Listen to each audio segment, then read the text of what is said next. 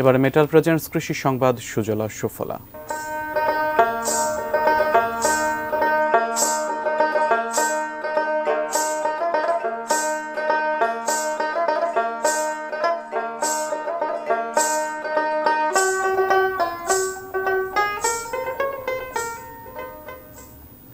নাটোরে হঠাৎ করে বেড়ে গেছে বিলের পানি, যার ফলে সময়ের আগেই কাটতে হচ্ছে অপরিপক্ক পাট। ফলন কমে যাওয়ায় লোকসানের আশঙ্কা করছেন চাষিরা। নাটোর প্রতিনিধি বোরহান উদ্দিন বনের তথ্য ছবিতে বিস্তারিত ডেস্ক রিপোর্টে। অর্থকরী ফসল পাট, কিন্তু গত কয়েক বছর এই অর্থকরী ফসল চাষ করতে গিয়ে জাগ দেওয়ার পানির অভাবে লোকসানে পড়েছেন চাষিরা। বৃষ্টির অভাবে সেচ দিয়ে পাট চাষ করতে গত বছরের তুলনায় বিঘা প্রতি ৩ থেকে ৪ হাজার টাকা বেশি খরচ হয়েছে এবার। তার চেয়েও বড় সমস্যা, এ মৌসুমে পাট কিছুটা বড় হতে না হতেই বিলে চলে এসেছে পানি।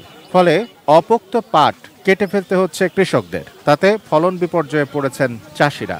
বিঘা প্রতি ৭ থেকে ৮ মণ ফলন পাওয়া যাবে, যা গতবারের তুলনায় ৩ থেকে ৪ মণ করে কম।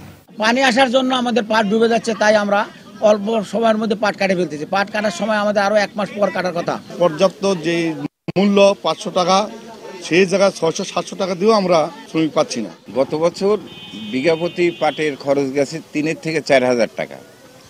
এই বছর খরচ বেশি হওয়ার কারণে কৃষকের অবস্থা খুবই খারাপ। সরকারের কাছে একটা আশা, যাতে আমার জিনিসের পাটের ভালো করে মূল্যটা দেয়। কৃষি বিভাগ বলছে এবার ৩১,৯০০ হেক্টর জমিতে পাট চাষের লক্ষ্যমাত্রা থাকলেও আবাদ হয়েছে ২৮,৬৪২ হেক্টর জমিতে।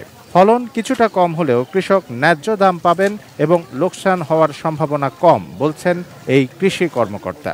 কৃষকরা ন্যায্য দাম পাবে এবং গত বছর যে পাটের আবাদ কিছুটা কমেছিল, আশা করি সামনের বছর বাড়বে। কৃষি সম্প্রসারণ অধিদপ্তর যাতে পাট চাষিরা লাভবান হয়, এই জন্য আধুনিক জাতগুলো তাদের দূরে নিয়ে যাচ্ছি। অসময়ের পানি ছাড়াও এবার শ্রমিক সংকটের কারণে বেড়েছে মজুরি, ফলে লাভ নিয়ে দুশ্চিন্তা কাটছে না কৃষকদের।